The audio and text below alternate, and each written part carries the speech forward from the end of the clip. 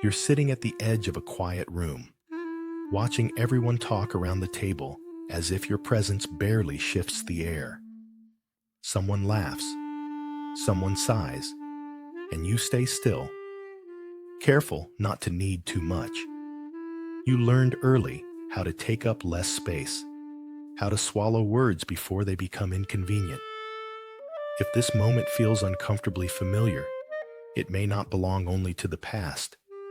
Sometimes it follows you forward, shaping how you listen, love, and stay quiet. You're welcome to stay here for a while, in a place where that silence is finally noticed. As time went on, the feeling didn't stay in one moment. It spread quietly into the spaces between moments. There was a constant sense of trying to understand what had gone wrong without ever being told. A child in this position often feels confused long before feeling angry, confused about why warmth appears for others and not for them, confused about how silence can feel heavier than words. Over time, that confusion turns inward.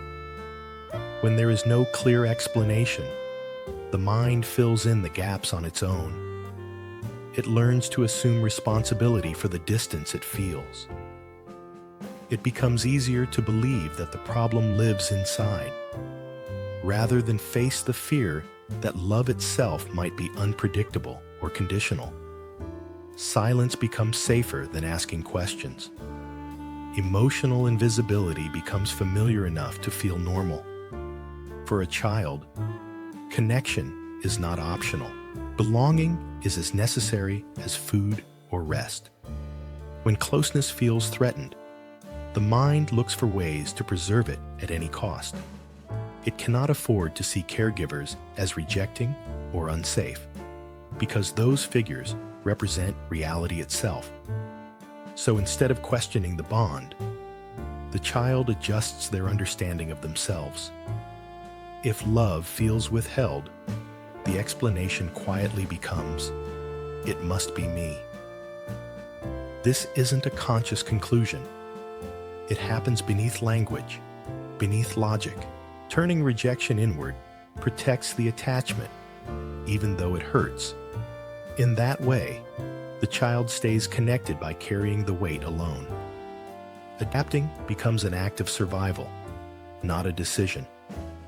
As these moments repeat, they begin to settle into something more permanent. Experiences turn into beliefs without ever being announced as such. A look that lingers too long, a tone that sharpens without warning, affection that feels earned rather than given. All of it leaves an imprint. Slowly, an identity forms around these impressions. The belief that something is wrong doesn't arrive as a sentence. It arrives as a feeling that says love must be worked for, a feeling that being oneself is risky, a feeling that approval comes with conditions. This shaping happens quietly, over years, while the child is busy growing, learning, and adapting. There is no moment where it feels like a choice. It simply becomes the ground beneath their sense of self. Adulthood doesn't erase these early adaptations. It gives them new places to live.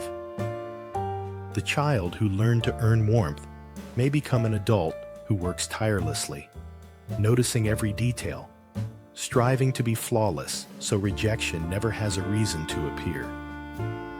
The one who learned to stay quiet may become someone who listens deeply, but struggles to speak their needs aloud. Others may move in the opposite direction, creating distance before it can be created for them, relying only on themselves because dependence once felt unsafe. These patterns often show up in ordinary places, at work, in friendships, in relationships, woven into daily life so seamlessly they feel like personality traits. Yet they are responses shaped by experience, not evidence of deficiency. The body carries these memories even when the mind doesn't revisit them. Early rejection teaches the nervous system to stay alert, to scan for subtle shifts in mood or tone. Calm can feel unfamiliar. Rest can feel undeserved. When tension rises, the body reacts quickly, sometimes before there is time to think. A raised voice, a delayed reply, a distant look can trigger a rush of emotion that feels larger than the present moment. This isn't overreaction, it's recognition. The body remembers what once mattered for survival. It responds to perceived threat the way it learned to long ago, trying to keep connection intact by preparing for loss before it arrives. Over time, these reactions can shape what feels familiar in relationships. Emotional intensity may feel like closeness. Distance may feel like safety. People can find themselves drawn to dynamics that echo earlier experiences, not because they want pain, but because familiarity feels understandable. The nervous system recognizes certain rhythms and mistakes them for connection. This repetition isn't a failure to learn. It's an unfinished lesson still looking for resolution. Without awareness, the pattern continues quietly, reenacting the same emotional choreography with different faces and names. Within these adaptations, there are strengths that often go unnoticed. Sensitivity becomes a refined awareness of emotional undercurrents. Vigilance turns into an ability to read rooms, sense shifts, and respond with care. Empathy deepens because understanding others once helped maintain safety. These qualities are not signs of being broken. They are signs of a system that learned quickly and adapted deeply. Still, acknowledging strength doesn't erase the cost. Being attuned can be exhausting. Carrying responsibility for harmony can leave little room for rest. These traits deserve recognition without turning pain into something noble or necessary. Awareness begins not with fixing, but with seeing, with allowing the pattern to be named gently without judgment. When the story is understood, it loses some of its power to define the present. The experiences that shape these responses can be held with compassion rather than confusion. Nothing needs to be forced or resolved all at once. Simply noticing how the past still speaks through the present can create space. Space to breathe. Space to feel. Space to listen to parts of the self that learn to stay quiet in order to belong.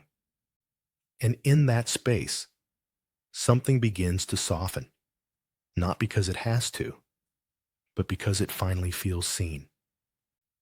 There is a quiet truth that sits beneath everything we've explored. The pain was never loud, and neither was the way it shaped you.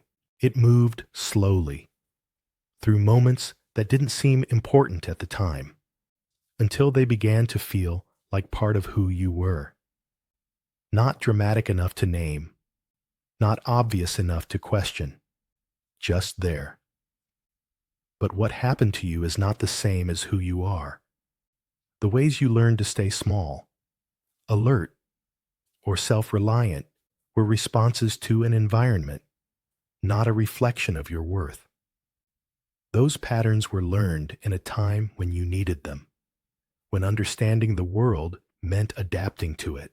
They were not choices made freely, and they are not definitions you must carry forever. Nothing about this story asks you to deny the hurt or rush past it.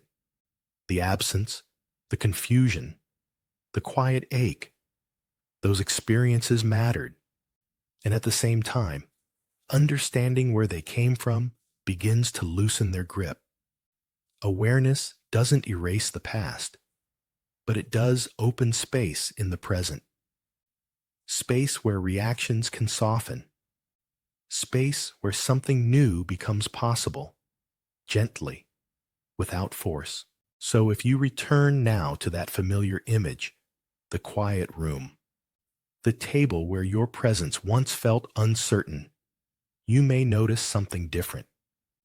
You are no longer invisible to yourself. The child who adapted so carefully is still there, but they are no longer alone. And sometimes that is where change quietly begins.